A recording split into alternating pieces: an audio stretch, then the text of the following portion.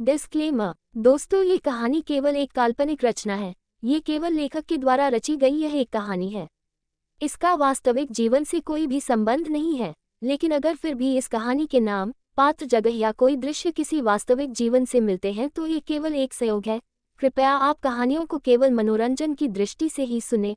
और साथ ही अगर आप इस चैनल नॉवल स्टोरी 2.6 पर पहली बार आए हैं तो चैनल को सब्सक्राइब और वीडियो को भर भर लाइक करना ना भूलें। धन्यवाद।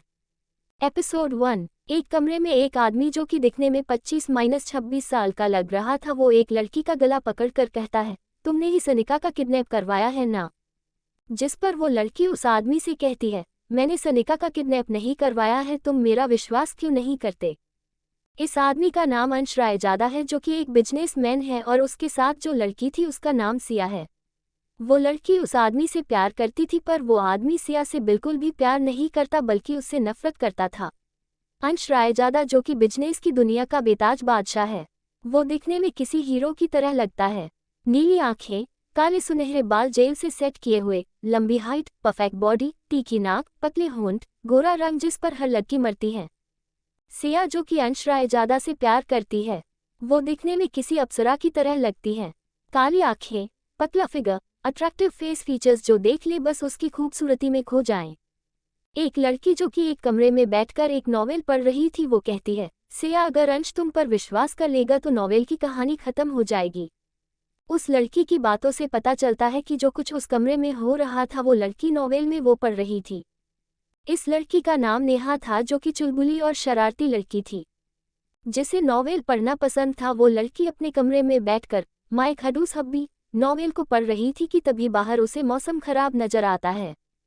बाहर जोर की बारिश पड़ रही थी और बिजली कड़क रही थी। वो लड़की उस नॉवेल को वहीं पर रखकर दौड़कर जाकर कमरे की खिड़की बंद करती है और फिर आकर उस नॉवेल को अपने हाथ में लेती है कि तभी उस कमरे की लाइट चालू बंद होने लगी जिससे वो लड़की डरने लगी। वो डर के मारे उस नॉवेल को कसकर पकड़ लेती है और फिर डरते हुए जाकर रूम के स्विच बटन को प्रेस करती है कि तभी उसे करंट सा लगता है और वो लड़की वहीं पर बेहोश हो जाती है।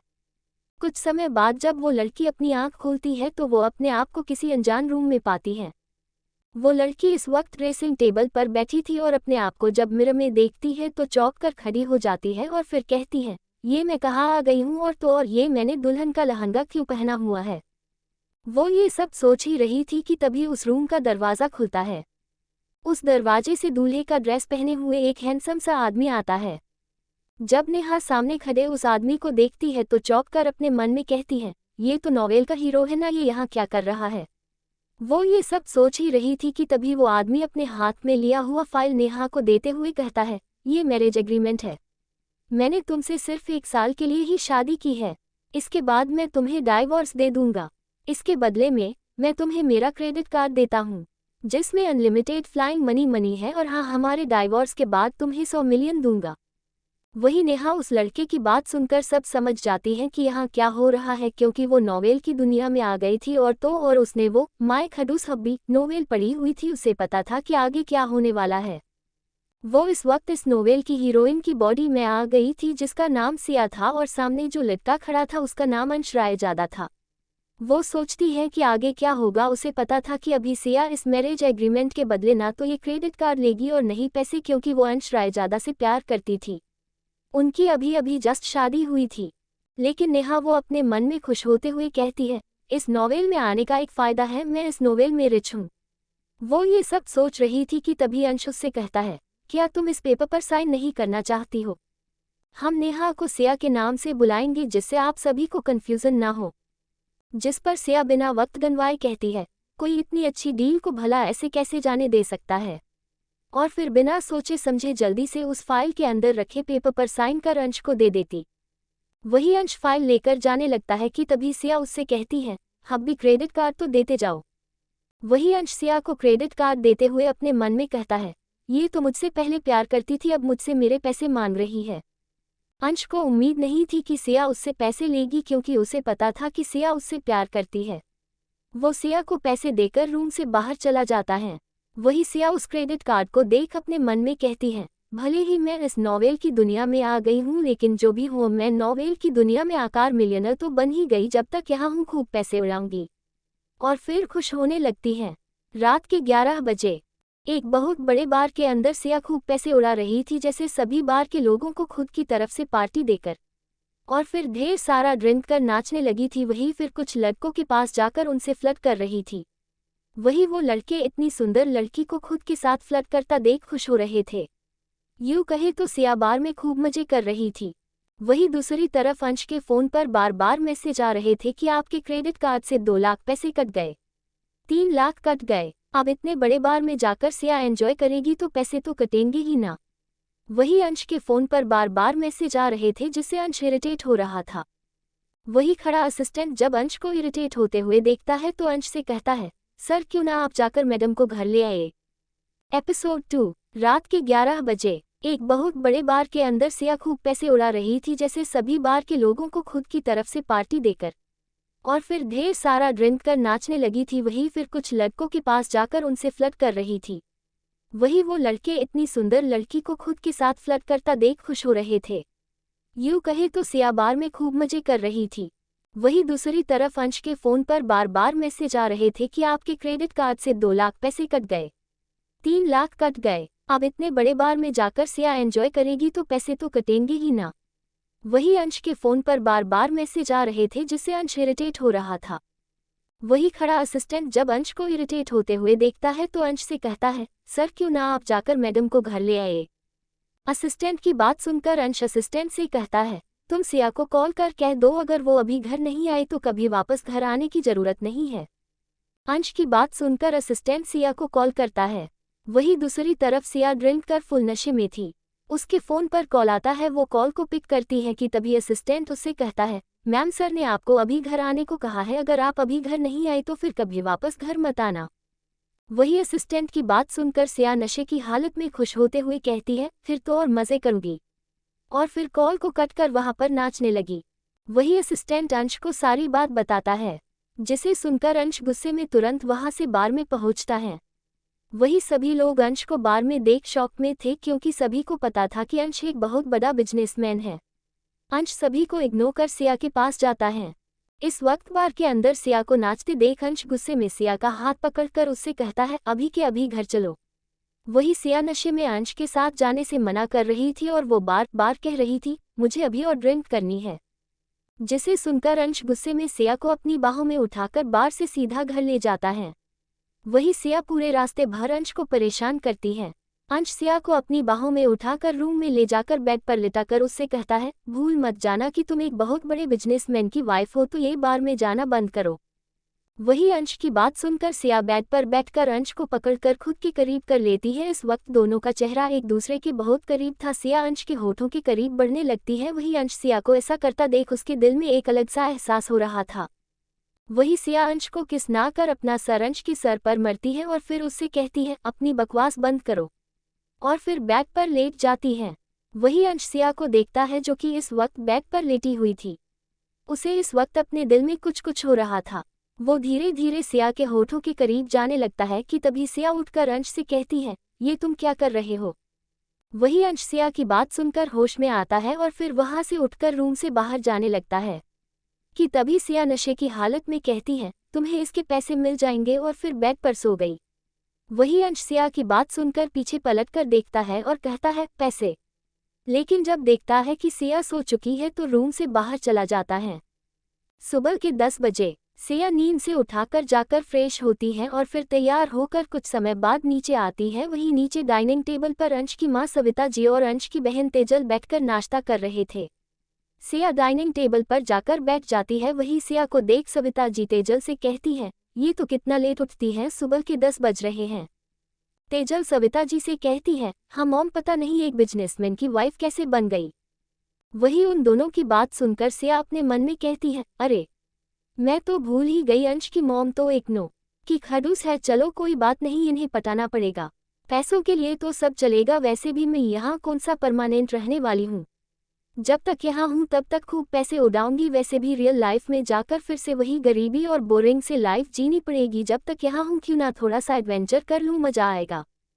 और फिर अपने ख्यालों की दुनिया से बाहर आकर सविता जी और तेजल से गुड मॉर्निंग विश करती हैं। वही सविता जी और तेजल भी अपना मुंह बनाकर सिया से गुड मॉर्निंग कहती है। सिया ग्लास में दूध निकालकर सविता जी को देती है। वही सविता जी दूध को देख तेजल से कहती है, वैसे मैं इतनी भी बूढ़ी नहीं हो गई हूँ तेजल कि मुझे दूध की जरूरत पड़े, और फिर बड़बड़ाने लगती है। वही सविता जी को बड़बड़ाता देख सिया वहां रखी सभी डिशेज में से थोड़ा थोड़ा खाना निकाल कर सविता जी के प्लेट में रख देती है और फिर सविता जी से कहती है, मॉम आप ये ट्राई कीजिए और ये भी ट्राई कीजिए, इससे आपको प्रोटीन मिलेगी, और फिर उन्हें खाना देकर चेयर पर बैठ जाती है। वही सविता जी प्लेट में रखा खाना खाने लगती है। वही सिया सविता जी को खाता देख अपने मन में कहती है, कब से बड़बड़ाई जा रही थी, थैंक गॉड अब इनका मुंह तो बंद हुआ। और फिर खुद को शाबाशी देने लगती है जैसे कौन सा ही महायुद्ध जीत लिया हो। तभी वहां अंश आता है। एपिसोड 3। और फिर अपने ख्यालों की दुनिया से बाहर आकर सविता जी और तेजल से गुड मॉर्निंग विश करती है। वही सविता जी और तेजल भी अपना मुंह बनाकर सिया से गुड मॉर्निंग कहती है। सिया ग्लास में दूध निकालकर सविता जी को देती है। वही सविता जी दूध को देख तेजल से कहती है, वैसे मैं इतनी भी बूढ़ी नहीं हो गई हूँ तेजल कि मुझे दूध की जरूरत पड़े, और फिर बड़बड़ाने लगती हैं। वही सविता जी को बड़बड़ाता देख सिया वहां रखी सभी डिशेज में से थोड़ा थोड़ा खाना निकाल कर सविता जी के प्लेट में रख देती है और फिर सविता जी से कहती है, मॉम आप ये ट्राई कीजिए और ये भी ट्राई कीजिए, इससे आपको प्रोटीन मिलेगी, और फिर उन्हें खाना देकर चेयर पर बैठ जाती है। वही सविता जी प्लेट में रखा खाना खाने लगती है। वही सिया सविता जी को खाता देख अपने मन में कहती है, कब से बड़बड़ाई जा रही थी, थैंक गॉड अब इनका मुंह तो बंद हुआ। और फिर खुद को शाबाशी देने लगती है जैसे कौन सा ही महायुद्ध जीत लिया हो। तभी वहां अंश आता है और सभी को गुड मॉर्निंग विश करता है। वही तेजल अंश को देख उससे कहती है, भाई आपको डार्क सर्कल क्यों हो रहे हैं, कहीं आप रात भर सोए तो नहीं ना, कहीं इस लड़की के साथ। तेजल इसलिए अंश से ये कहती है क्योंकि उसे पता था कि अंश बिल्कुल भी सिया को पसंद नहीं करता है। वही सिया तेजल की बात सुनकर कहती है, जैसा आप सब सोच रहे हैं वैसा कुछ भी नहीं हुआ है। अंश सबकी बातों को इग्नोर कर सिया का हाथ पकड़ कहता है, मैं इसे यहाँ से लेके जा रहा हूँ, और फिर सिया को अपने साथ ले जाने लगता है। सिया और अंश को जाता देख सविता जी कहती है, पर अंश आप सिया को ले कहाँ जा रहे हो। सविता जी का सवाल सुन अंश जाते हुए रुक पलट कर कहता है, मॉम आज हम दोनों की रिसेप्शन पार्टी है, इसलिए सिया के लिए नए कपड़े और इसे तैयार करवाने ले जा रहा हूँ, और फिर सिया का हाथ पकड़ उसे वहां से ले जाता है। अंश की बात सुनकर सविता जी भी आगे कुछ नहीं कहती। कुछ देर बाद अंश सिया को एक बड़े से मॉल में लाता है नए कपड़े के लिए। वो दोनों मॉल के अंदर एक बड़ी सी कपड़े की स्टोर पर जाते हैं। तभी वहां पर एक वर्कर आता है और फिर कहता है, मे आई हेल्प यू सर, आपको कैसी ड्रेस चाहिए। जिस पर अंश उस वर्कर से कहता है, हम दोनों की रिसेप्शन पार्टी के लिए सुंदर सी कपल ड्रेस दिखाओ। अंश की बात सुनकर वर्कर कहता है, सर आप इस तरफ चलिए, अभी जस्ट न्यू कलेक्शन लॉन्च हुआ है, आप उसमें से एक चूज कर लीजिए, ये कलेक्शन मिस्टर बजाज ने लॉन्च किया है, आपको पसंद आएगा। और फिर उन दोनों को दूसरे कपड़े के सेक्शन में ले जाते हैं जहां पर एक से एक सुंदर डिजाइन और अट्रैक्टिव कपड़े थे जो कि काफी ज्यादा महंगे थे।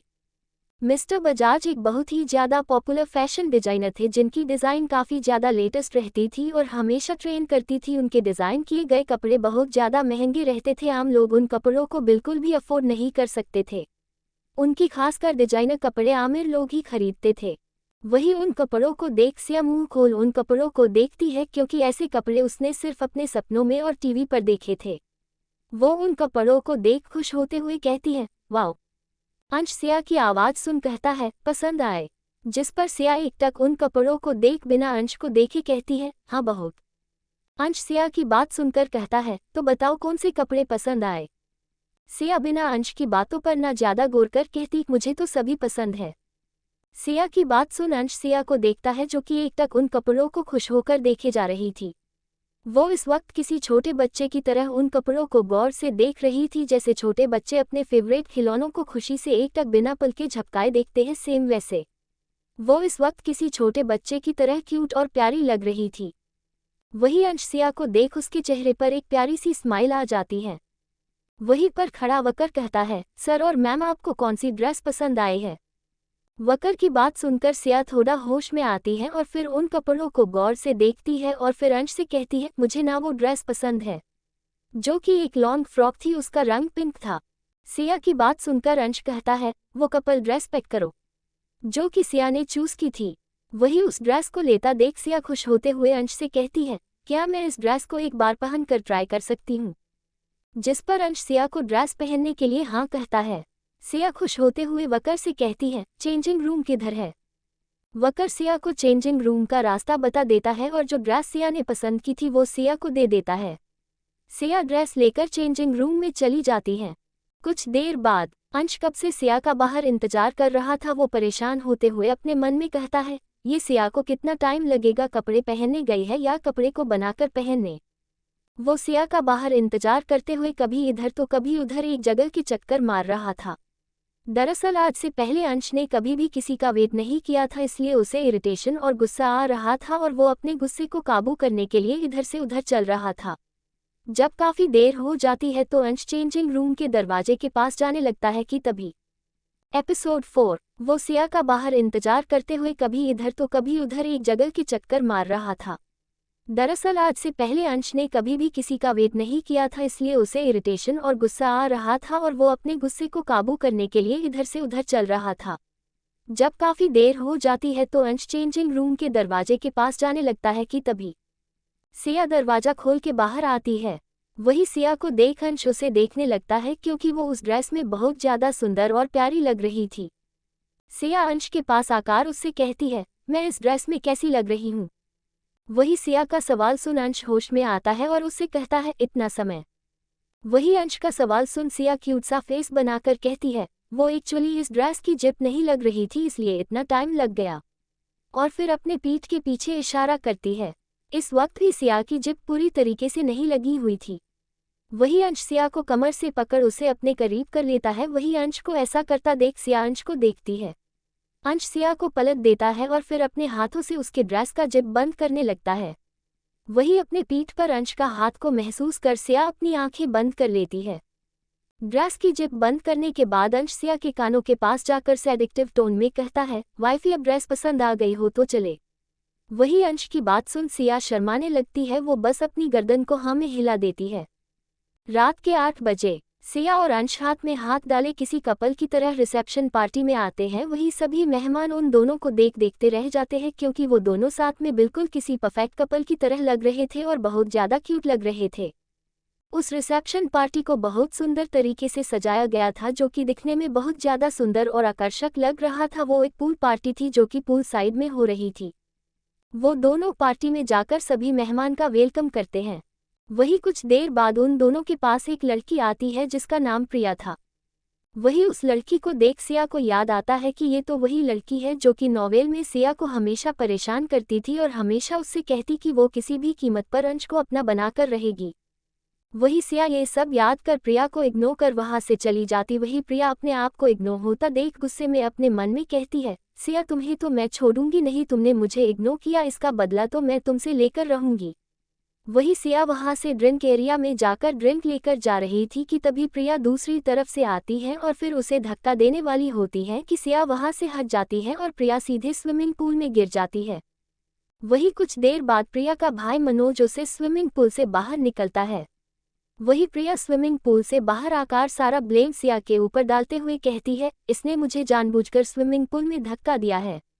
अपने ऊपर सारा ब्लेम आता देख सिया कहती है, तुम झूठ बोल रही हो, मैंने तो तुम्हें हाथ तक नहीं लगाया। वही सिया की बात सुनकर प्रिया गुस्से में कहती है, तुम्हारा क्या मतलब कि मैं झूठ बोल रही हूँ? क्या मैं स्विमिंग पूल में खुद कूदी थी? वो ये सब बोल ही रही थी कि पीछे से किसी की रौबदार आवाज आती है। अगर ऐसी ही बात है तो यहाँ पर सीसीटीवी कैमरा लगा हुआ है, हम वहाँ पर देख लेते हैं आखिर एग्जैक्टली हुआ क्या था। वही वो सब उस आवाज की दिशा में देखते हैं जहाँ पर एक हैंडसम सा आदमी खड़ा हुआ था। उस आदमी को देख सिया अपने मन में कहती है, रजत शिघनिया इस नॉवेल का सेकंड मेल लीड और अंश का बिजनेस राइवल। वही अंश सिया के पास आकर खड़ा होता है। रजत की बात सुन प्रिया घबराने लगती है। तभी वहां पर आकर अंश प्रिया को अपना कोट पहनाते हुए कहता है, प्रिया आर यू ओके? जिस पर प्रिया अपना सर हाँ में हिला देती है और कहती है, अंश तुम मेरा विश्वास करो, इस सिया ने।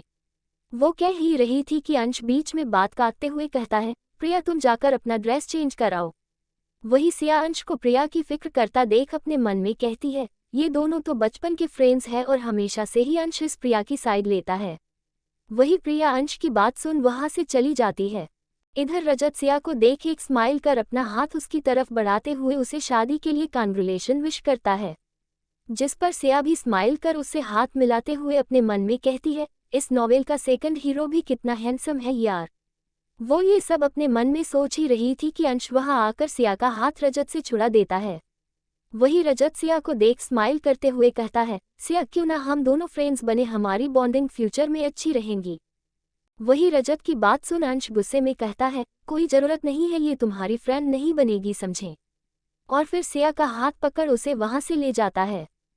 रात के 10 बजे अंश सिया को घर लेकर आता है, जहां पर ऑलरेडी सविता जी और तेजल मौजूद थी। वही अंश का असिस्टेंट अंश के कान में कुछ कहता है, जिसे सुनकर अंश तुरंत वहां से स्टडी रूम में चला जाता है। एपिसोड 5 अंश सिया को घर लेकर आता है, जहां पर ऑलरेडी सविता जी और तेजल मौजूद थी। वही अंश का असिस्टेंट अंश के कान में कुछ कहता है, जिसे सुनकर अंश तुरंत वहां से स्टडी रूम में चला जाता है। अंश के जाने के बाद सविता जी सिया की और कप फेंक कर मारती है। वही सिया वहां से हट गई, जिससे उसे चोट नहीं लगी। सविता जी गुस्से में सिया से कहती है, तुम्हारी हिम्मत कैसे हुई प्रिया को स्विमिंग पूल में धक्का देने की। वही तेजल भी गुस्से से कहती है, तुम ज्यादा बनो मत, हमें प्रिया ने फोन पे सब बता दिया कि तुमने उसे पूल में कैसा धक्का दिया। वो मेरी बेस्ट फ्रेंड है, अगर उसे जरा सी भी खरोच आई ना तो मैं तुम्हें छोड़ूंगी नहीं।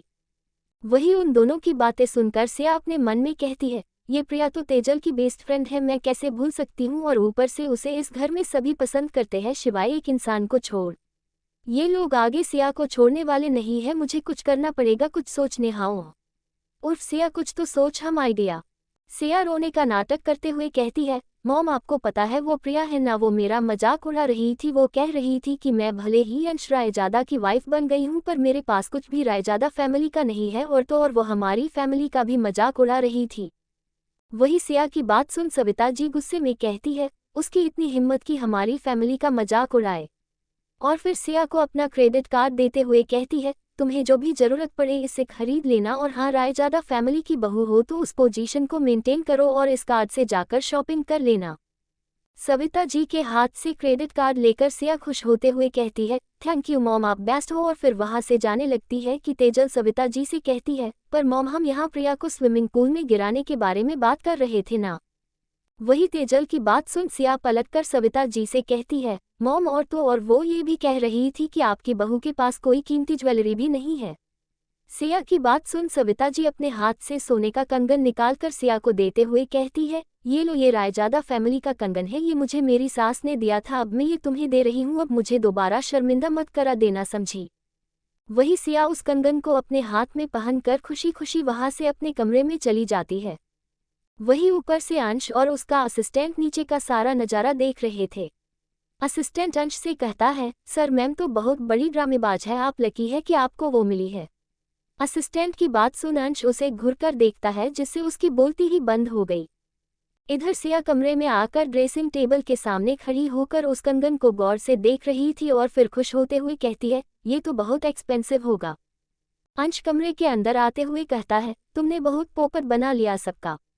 वही सिया अंश को देखती है जो कि उसी की तरफ आ रहा था। वो सिया से कहता है, शायद मैंने तुम्हें अंडरएस्टिमेट कर दिया था। और फिर सिया के करीब आने लगता है। वही सिया अंश को धक्का देकर जाने लगती है कि अंश उसे पकड़कर ड्रेसिंग टेबल पर बैठाकर उसके करीब आकर कहता है, तुम तो पहले मुझसे बोल रही थी कि तुम मुझसे बहुत प्यार करती हो, अब तो मुझसे शादी कर खुश होगी ना। वही अंश की बात सुन सिया अपने मन में कहती है, वो मैं नहीं, तुम्हारी बीवी सिया कह रही थी कि वो तुमसे प्यार करती है, मैं तो नेहा हूँ। और एक बात, ये तो पहले सिया से नफरत करता था ना, फिर मुझसे ऐसे सवाल क्यों पूछ रहा है। वो अपने ख्यालों से बाहर आते हुए अंश से कहती है, अब मुझे समझ आ गया है कि मैं तुम्हारे लायक नहीं हूं, तो मैं तुम्हें अब आज़ाद करती हूँ। और फिर अंश को धक्का देकर वहां से भाग जाती है। वही सिया का ऐसा बिहेवियर देख अंश अपने मन में कहता है, आखिर इसे हुआ क्या है, ये कुछ अजीब सा बर्ताव कर रही है। अगली सुबह सिया उठकर नीचे लिविंग एरिया में आती है, वहां उसे कोई नहीं दिखता तो वो एक सर्वेंट को बुलाकर पूछती है, घर के सभी लोग कहाँ हैं। जिस पर वो सर्वेंट कहती है, सर सुबह ही कंपनी चले गए और दोनों मैम मुझे नहीं पता कहाँ गई है। वही सर्वेंट की बात सुनकर सिया कहती है, मतलब घर पर कोई नहीं है। जिस पर वो सर्वेंट अपना सर हाँ में हिला देती है। वही सिया खुश होते हुए कहती है, आज तुम लोगों की छुट्टी, तो तुम सब जाकर एंजॉय करो। वही सिया की बात सुनकर वो सर्वेंट वहां से चली जाती है। कुछ देर बाद सिया डाइनिंग टेबल पर नाश्ता कर सोफे पर बैठ टीवी देखने लगती है। काफी देर बाद उसे बोर होने लगता है तो वो मोबाइल चलाने लगती है। अचानक मोबाइल चलाते हुए उसे आइडिया आता है और वो खुश होते हुए कहती है, क्यों ना मैं ऑनलाइन शॉपिंग कर लूँ, मजा आएगा। और फिर ऑनलाइन शॉपिंग करने लगती है। काफ़ी देर तक ऑनलाइन शॉपिंग करने के बाद वो किचन से कुछ खाने का लाकर लिविंग एरिया में बैठकर सोफे पर खाने लगती है। वो खा रही थी कि देखती है असिस्टेंट दरवाजे से अंश को कंधे से पकड़कर घर में ला रहा था। उनको आता देख सिया उनके पास जाकर असिस्टेंट से पूछती है, इन्हें क्या हुआ है? आखिर अंश को क्या हुआ है? एपिसोड 6। वो खा रही थी कि देखती है असिस्टेंट दरवाजे से अंश को कंधे से पकड़कर घर में ला रहा था। उनको आता देख सिया उनके पास जाकर असिस्टेंट से पूछती है, इन्हें क्या हुआ है? जिस पर असिस्टेंट सिया से कहता है, मैम सर को स्टोमाच एलर्जी हो गई है और ये हॉस्पिटल जाने से भी मना कर रहे हैं, इसलिए सर को मैं यहाँ ले आया, तो मैम आपको ही सर का ख्याल रखना पड़ेगा। वही असिस्टेंट की बात सुनकर सिया असिस्टेंट को अंश को सोफे पर बैठाने को कहती है और उसे यहाँ से जाने को कहती है। असिस्टेंट अंश को सोफे पर बैठाकर वहाँ से चला जाता है। सिया अंश के कोट को निकाल देती है और फिर किचन से पानी लाकर अंश को अपने हाथों से पिलाती है। उसके बाद अंश को सोफे पर लेटने को कहती है। अंश को ऑलरेडी पेट में दर्द हो रहा था, जिस वजह से वो वहाँ पर लेट जाता है।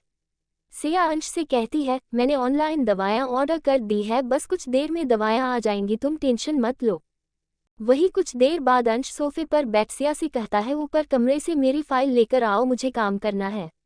वही अंश की बात सुन सिया कहती है, तुम पागल हो गए हो क्या? तुम्हें अभी आराम करने की जरूरत है, तुम बीमार हो।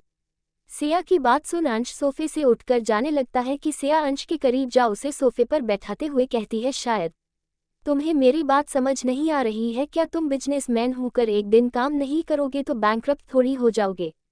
चलो आज आराम करो। वही सिया की बात सुन अंश सिया को देखता है जो कि उसकी केयर कर रही थी। अंश को अपनी तरफ देखता पाकर सिया जल्दी से अंश से दूर हो जाती है और फिर उसे कहती है, सॉरी मैं तुम्हारे करीब नहीं आना चाहती थी, तो तुम प्लीज़ गलत मत समझना। वो ये सब कह ही रही थी कि दरवाजे की बेल बजती है, जिसे सुनकर सिया वहां से जल्दी से दरवाजे की तरफ जाते हुए अपने मन में कहती है, बच गई यार, नहीं तो ये खड़ूस मुझे बिल्कुल भी नहीं छोड़ता। और फिर जाकर दरवाजा खोल देखती है तो सामने डिलीवरी वाला था। सिया डिलीवरी वाले से पार्सल लेकर अंदर चली जाती है।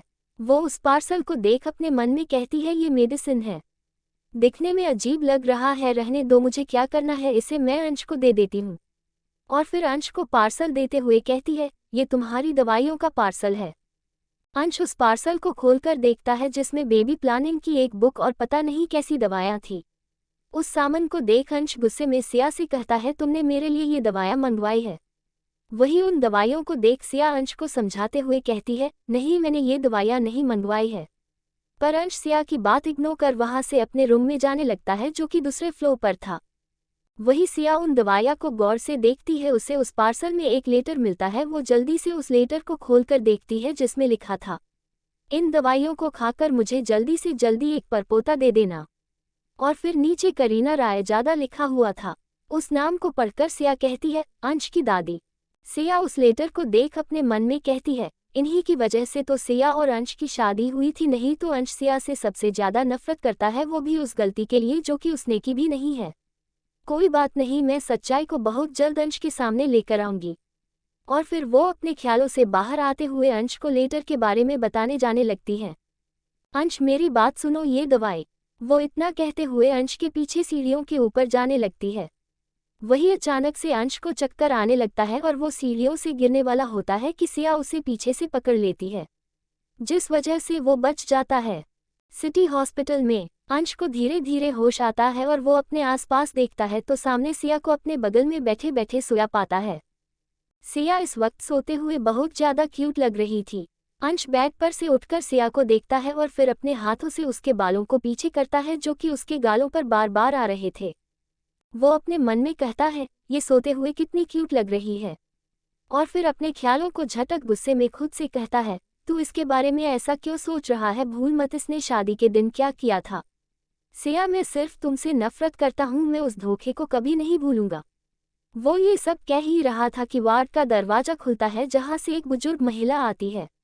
वो इस उम्र में भी काफ़ी खूबसूरत लग रही थी। उन्होंने अपने आप को काफ़ी अच्छे से मेंटेन कर रखा था। वो अंश के पास आकर कहती है, अंश आप ठीक तो हैं ना? अब आपको कैसा लग रहा है? असिस्टेंट जल्दी से डॉक्टर को बुलाओ अंश को चेक करने के लिए। वही अंश उन्हें अपनी फिक्र करता देख मुस्कुराकर कहता है, दादी करीना रायजादा, मैं ठीक हूँ, आप चिंता मत करिए। अंश की बात सुन करीना जी कहती है, ऐसे कैसे चिंता ना करूँ मैं आपकी, बताइए। आप मेरे पोते हैं और मुझे आपकी हमेशा ही चिंता रहेंगी। जिस पर अंश कुछ नहीं कहता। करीना जी अंश के बगल में बैठते हुए कहती है, अंश आप उस बात को भूल जाइए, देखिए ना ये आपकी कितनी फिक्र करती है। पहले तो इसने आपको सीढ़ियों से गिरने से बचाया और फिर आपको हॉस्पिटल लेकर आए और फिर रात भर आपका ख्याल रखा। करीना जी की बात सुनकर अंश सिया को देखता है और फिर अपने मन में कहता है, मैं उस बात को कभी नहीं भूलूंगा सिया, तुम इस घर में और मेरी जिंदगी में सिर्फ दादी की वजह से हो और बहुत जल्द मैं तुम्हें इस घर से और अपनी जिंदगी से बाहर निकाल दूंगा। एपिसोड 7। करीना जी की बात सुनकर अंश सिया को देखता है और फिर अपने मन में कहता है, मैं उस बात को कभी नहीं भूलूंगा सिया, तुम इस घर में और मेरी जिंदगी में सिर्फ दादी की वजह से हो और बहुत जल्द मैं तुम्हें इस घर से और अपनी जिंदगी से बाहर निकाल दूंगा। करीना जी अपना हाथ अंश के गाल पर रख उससे कहती है, अंश आप मेरी बात सुन रहे हैं कि नहीं? आप उस बात को भूलकर सिया के साथ अपनी एक नई जिंदगी शुरू कीजिए, मुझे यकीन है कि आप दोनों साथ में खुश रहेंगे। और हाँ, वो दवाई सिया ने ऑर्डर नहीं की थी, वो दवाई मैंने भिजवाई थी, तो आप फिर से उसे गलत मत समझना। वही अंश करीना जी की बात सुनकर उनसे कहता है, दादी आप चिंता मत करिए, मैंने सिया को एक मौका दे दिया है और हम साथ में खुश हैं। अंश की बात सुनकर करीना जी खुश होते हुए अंश को गले लगा लेती है। वही शोर सुनकर सिया नींद से उठ जाती है और फिर सामने अंश और दादी को देखती है जो कि एक दूसरे के गले लगे हुए थे। करीना जी अंश से दूर होकर सिया को देखती है जो कि उन्हीं की तरफ देख रही थी। करीना जी सिया से प्यार से कहती है, आप ठीक तो है ना बेटा? जिस पर सिया अपना सर हाँ में हिला देती है। वही सिया को बच्चों की तरह अपना सर हाँ में हिलाता देख वो मुस्कुरा देती है। सिया अंश को देख उससे कहती है, अंश सच में मैंने वो दवाई नहीं मंगवाई थी, वो दवाई तो। फिर चुप हो जाती है और फिर कुछ देर सोच कहती है, आई एम सॉरी। अब आपकी तबीयत ठीक तो है ना? वही सिया की बात सुनकर करीना जी मुस्कुराकर कहती है, सिया आप अंश से सॉरी मत कहिए, मैंने उसे बता दिया है कि वो दवाई मैंने भिजवाई थी। और हाँ मुझे पता है कि आप ऐसा क्यों कह रही है, क्योंकि डॉक्टर ने अंश को स्ट्रेस और गुस्सा करने से मना किया है ना। वही करीना जी की बात सुनकर सिया पहले अंश को देखती जो कि उसे ही देख रहा था और फिर करीना जी को देख अपना सर हाँ में हिला देती है। करीना जी सिया को बाहर आने का बोल वहां से चली जाती है। अब उस वार्ड में सिर्फ सिया और अंश थे। सिया वार्ड से बाहर जाने लगती है कि अंश सिया से कहता है, रुको। जिस पर सिया रुक जाती है और पलटकर अंश को देखती है जो कि उसे ही देख रहा था। अंश गहरी आवाज में कहता है, सॉरी मुझे तुमसे गुस्से में बात नहीं करनी चाहिए थी। अंश का सॉरी सुन सिया अपना फेस क्यूट सा बनाकर कहती है, थैंक गॉड तुम्हें अपनी गलती रियलाइज तो हुई, नहीं तो बिना कोई बात जाने सिर्फ मुझ पर सारा ब्लेम डाल देते हो। वो ये सब कहते कहते अंश को देखती है जो कि उसे ही घुरकर देख रहा था। अचानक से उसके मुंह में जो शब्द थे वो उसके मुंह में ही रह गए और उसे रियलाइज हुआ कि वो फ्लो में क्या बोल रही थी। वो वहां से जल्द भागना चाहती थी, इसलिए उसने अंश से जल्दी से कहा, वो दादी बुला रही है, और फिर वहां से भाग जाती है जैसे कोई कुत्ता उसके पीछे पड़ा हो। सिया वार्ड से बाहर आकर अपने मन में कहती है, थैंक गॉड बच गई। तू पागल है क्या, तुझे क्या जरूरत थी उससे वो सब कहने की? लेकिन मैंने जो कुछ भी कहा वो सच ही तो था। छोड़ जाने दे, मुझे क्या करना है, वैसे भी मैं यहाँ कौन सा परमानेंट रहने वाली हूँ। और फिर वहां से दादी के पास चली जाती है। दादी सिया को आता देख उसे अपने बगल में बैठने को कहती है। सिया दादी के पास बैठ जाती है। दादी सिया के गाल पर अपना हाथ रखकर कहती है, सिया बेटा आप अंश के साथ खुश तो है ना? जिस पर सिया कहती है, दादी मैं अंश के साथ बिल्कुल खुश हूँ, आप टेंशन मत लीजिए। और हाँ आपकी तबीयत कैसी है? जिस पर करीना जी मुकुराकर सिया से कहती है, मेरी तबीयत बिल्कुल ठीक है, मुझे कुछ भी नहीं होगा जब तक मैं अपने परपोते को अपने गोदी में खिला ना लूं, समझिए आप, और ये जिम्मेदारी आपकी है कि आप मुझे जल्द से जल्द मेरा परपोता दे दीजिए। करीना जी की बात सुनकर सिया शर्माते हुए कहती है, दादी। जिस पर करीना जी सिया से कहती है, क्या दादी मैं जो कुछ भी कह रही हूँ सच ही तो है? और फिर सिया को अपने गले लगा लेती है। वही सिया करीना जी को गले लगाकर अपने मन में कहती है, दादी तो बहुत अच्छी है, इस घर में एक सिर्फ दादी ही है जो मुझसे प्यार करती है। लेकिन इस नॉवेल में दादी तो बहुत जल्द मरने वाली है। मुझे किसी भी कीमत पर दादी को मरने से बचाना है, मैं दादी को कुछ नहीं होने दूंगी। हाँ। वो दोनों गले लगे हुए थे कि असिस्टेंट आकार दादी से कहता है, बड़ी मैम सर ने आपको घर जाने को बोला है। जिस पर करीना जी कहती है, हम अभी तो आए हैं, इतना जल्दी अंश हमें घर जाने को नहीं बोल सकते हैं, हम अभी उनसे बात करते हैं। और फिर वहां से वार्ड की तरफ चली जाती है। वही सिया भी करीना जी के पीछे चली जाती है। करीना जी अंदर आकर अंश से कहती है, अंश आप हमें इतनी जल्दी घर जाने को क्यों कह रहे हैं? जिस पर अंश सपाट लहजे में कहता है, इसलिए दादी क्योंकि आपकी तबीयत ऑलरेडी ठीक नहीं रहती है तो आप घर जाकर रेस्ट कीजिए। करीना जी कहती है, पर अंश करीना जी की बात को काटते हुए कहता है, पर वह कुछ नहीं, मैं आपके हेल्थ के साथ बिल्कुल भी कंप्राइज नहीं करने वाला हूं तो आप घर जाकर रेस्ट कीजिए। वही करीना जी उदास होते हुए कहती, ठीक है, पर मैं पहले सिया से बात कर लूं। सिया तुम यहाँ आओ। आज के लिए बस इतना ही। कैसा लगा आज का एपिसोड कमेंट बॉक्स में ज़रूर बताना। और हमारे चैनल नॉवल स्टोरी 2.6 को ऐसे ही सपोर्ट करते रहिएगा। धन्यवाद।